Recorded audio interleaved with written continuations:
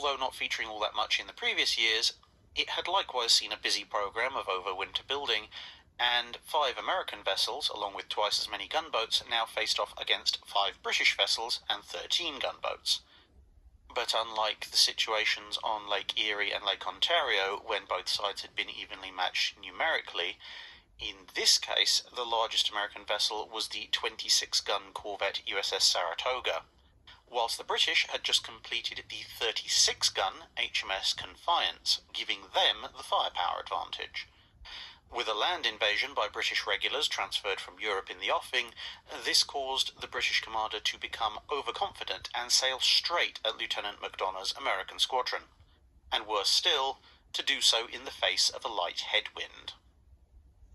As a result, the slowly closing British ships were badly mauled on their approach by the American gun crews.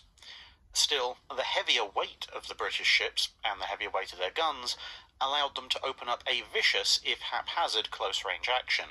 with the 2 flagships battering each other into a stalemate of dismounted guns and dying men. But Macdonough, being the prepared defender, was then able to use his mooring ropes and springs to spin the Saratoga around and open fire with his previously unengaged side, rapidly forcing the helpless Confiance to surrender. With their flagship out of action and the Saratoga positioning to take out the next largest British vessel, the situation rapidly degraded until all but the smallest British ships had been forced to surrender, with the fastest and most agile being forced to withdraw. As a result, despite having a slight upper hand in the land engagement taking place nearby at the Battle of Plattsburgh, the British ground forces were then forced to retreat, as once again a loss of the ability to contest the lake meant the loss of ability to resupply and transport troops, and so the British land position became untenable. This victory, combined with the defence of Baltimore a few days later,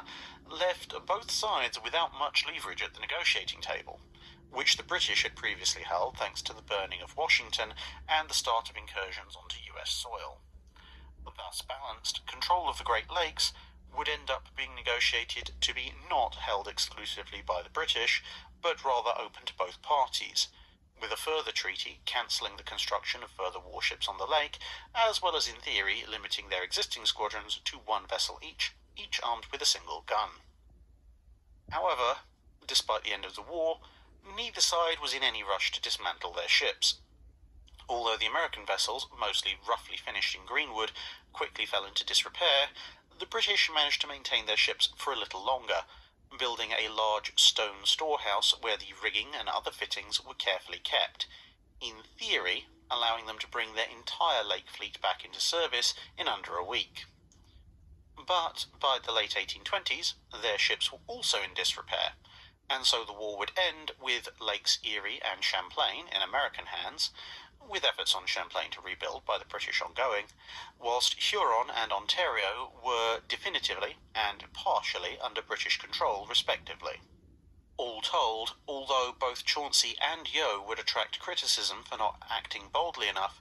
perhaps the only real key engagement in the campaigns on these 4 lakes where a single changed battle could have affected the war as a whole, and the decisive change in the battle being relatively plausible, would have been that last one on Lake Champlain.